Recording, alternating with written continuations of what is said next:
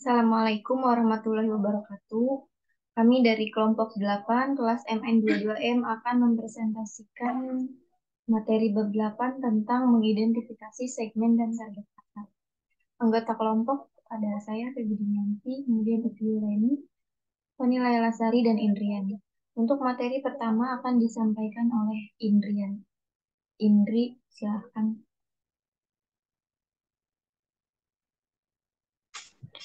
Oke, di sini saya akan menjelaskan.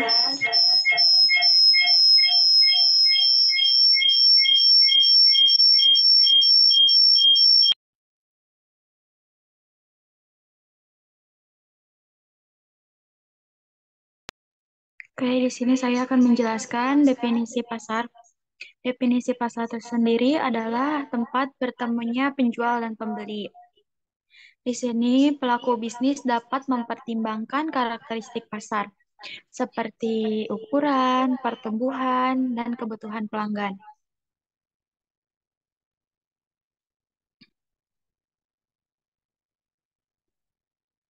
Selanjutnya ada pemasaran massal.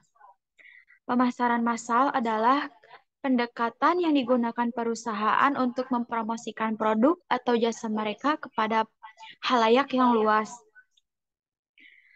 Lanjut ada manfaat pemasaran massal. Yang pertama ada manfaat kesadaran merek. Yang kedua ada skala ekonomis. Yang dimaksud skala ekonomis adalah semakin besar perusahaan atau bisnis, semakin rendah biaya produksi per unit produk yang dihasilkan. Yang ketiga ada penetrasi pasar yang lebih luas, yaitu cara sebuah bisnis mengukur seberapa banyak sebuah produk atau jasa yang digunakan oleh para konsumen dibandingkan jumlah total pasar yang untuk produknya ditawarkan tersebut.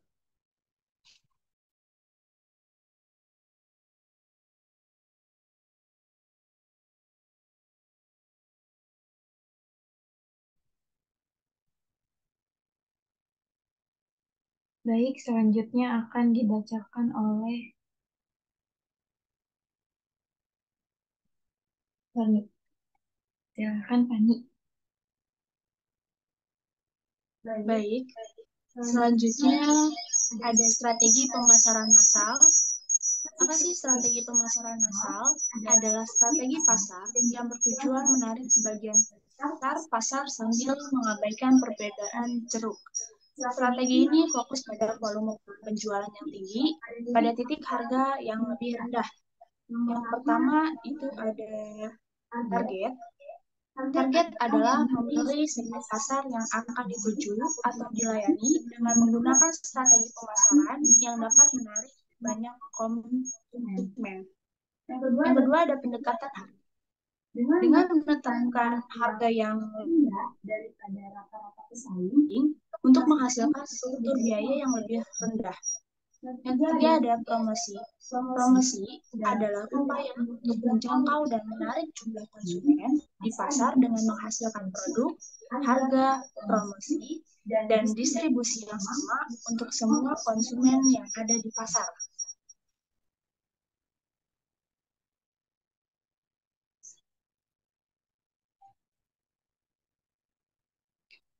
Selanjutnya ada contoh strategi pemasaran massal yaitu Coca-Cola.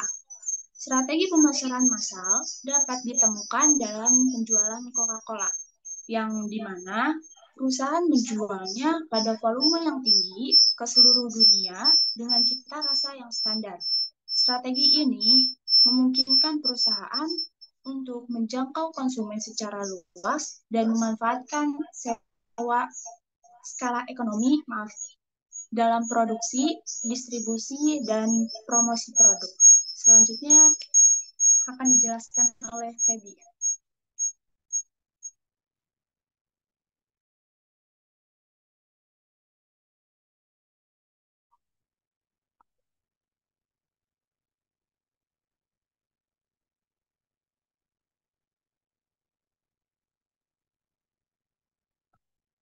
Ya, untuk materi selanjutnya yaitu pendekatan segmentasi pasar.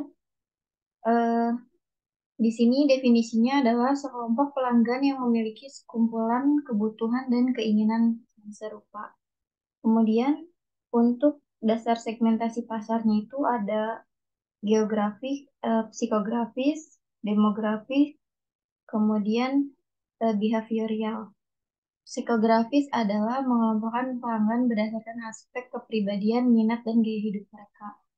Jika kemudian demografi adalah segmentasi berdasarkan faktor demografi seperti usia, jenis kelamin, pendapatan, dan lokasi geografisnya. Yang ketiga ada behavioral, yaitu menganalisis perilaku konsumen termasuk pola pembelian, preferensi merek, dan kebiasaan menggunakan produknya.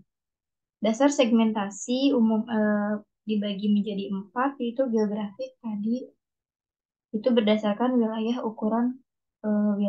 ukuran kota, kemudian iklim seperti kayak kabupaten gitu. Kalau demografik itu dibedakan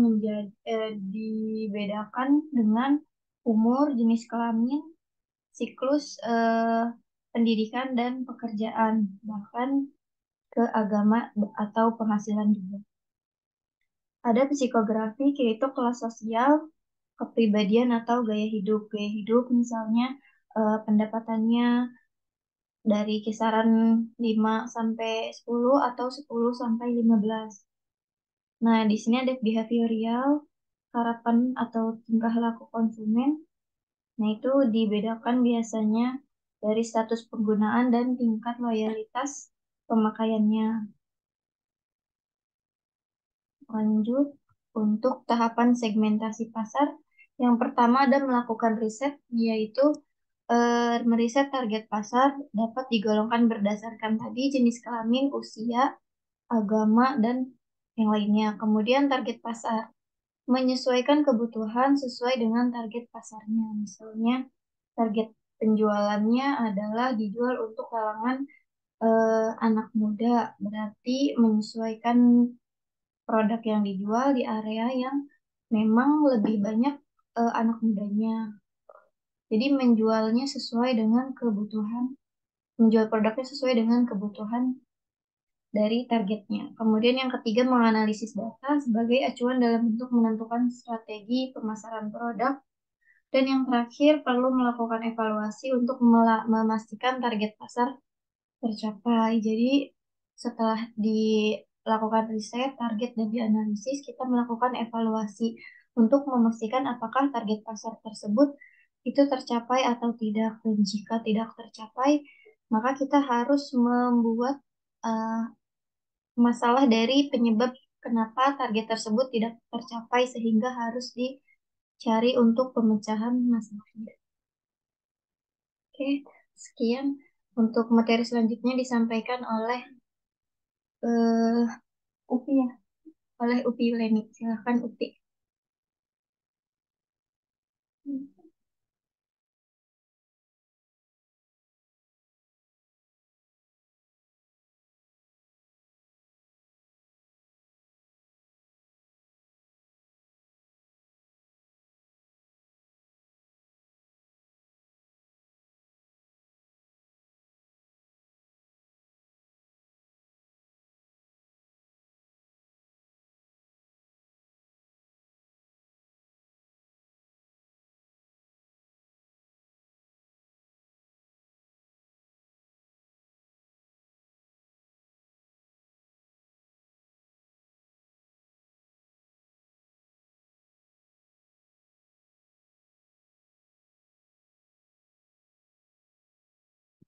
Segmentasi pasar konsumen adalah proses pengelompokan pelanggan berdasarkan sifat-sifat mereka sebagai konsumen.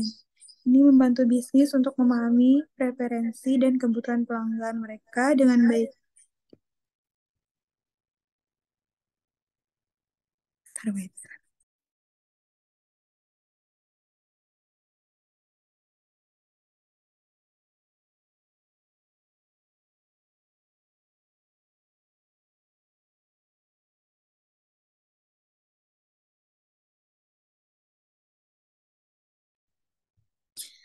Segmentasi bisnis. Pengelompokan pelanggan berdasarkan jenis bisnis mereka, ukuran dan karakteristik lainnya. Hal ini membantu bisnis untuk menargetkan pasar yang tepat dan mengembangkan strategi pemasaran yang efektif. Perbedaannya ada lebih fokus kepada referensi individu dan kebutuhan pribadi.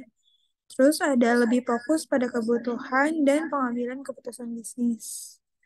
Jadi perbedaan segmentasi pasar konsumen dan segmentasi pasar bisnis adalah kalau untuk yang konsumen itu lebih fokusnya ke individu atau kebutuhan pribadi. Sedangkan bisnis itu untuk kebutuhan pengambilan keputusan.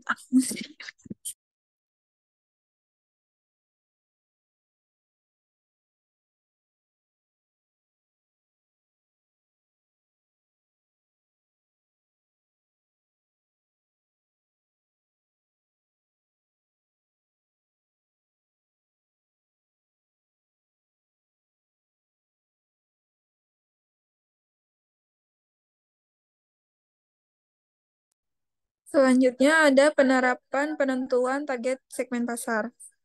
Setelah menentukan target segmen pasar, perusahaan dapat mengembangkan strategi pemasaran yang sesuai dengan karakteristik segmen tersebut. Perusahaan dapat mengembangkan produk atau layanan yang secara khusus memenuhi kebutuhan dan referensi target segmen pasar. Pasar pemasaran dapat disesuaikan untuk menarik target segmen pasar dan meningkatkan efektivitas komunikasi dan promosi. Pada tahap ini, perusahaan perlu mengevaluasi kinerja pemasaran terhadap target segmentasi pasar dan melakukan penyesuaian jika diperlukan.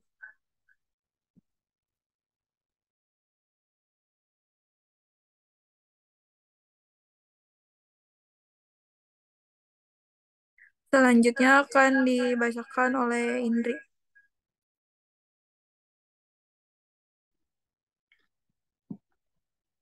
Oke, selanjutnya ya.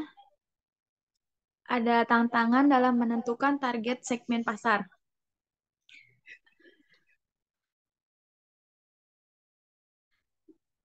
Persaingan yang ketat.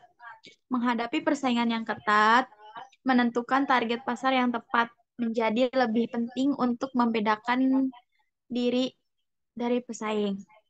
Selanjutnya ada perubahan kebutuhan konsumen. Kebutuhan konsumen dapat berubah seiring waktu. Menetapkan target pasar yang adaptasi dan fleksibel akan membantu Anda tetap relevan. Selanjutnya ada terbatas sumber daya manusia. Sumber daya terdapat, oh maaf, sumber daya terbatas dapat menjadi tantangan bagi organisasi dalam menetapkan target pasar yang optimal.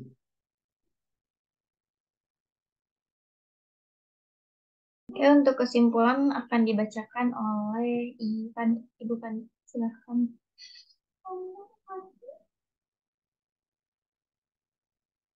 Jadi, kesimpulan dari tugas mengidentifikasi segmen pasar adalah memahami segmen pasar dan menetapkan target pasar yang tepat adalah langkah krusial dalam mengembangkan strategi pemasaran yang sukses.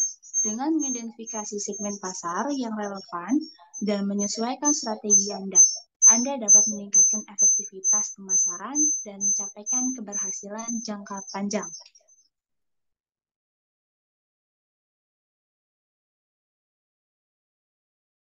Atau bisa atau lebih singkatnya adalah dalam persaingan pasar yang saat ini itu kan perusahaan tidak bisa touch langsung dengan apa konsumen ya, dengan konsumennya. Jadi segmentasi pasar ini sangat diperlukan untuk memudahkan proses dari perusahaan tersebut melakukan kegiatannya dengan si konsumen.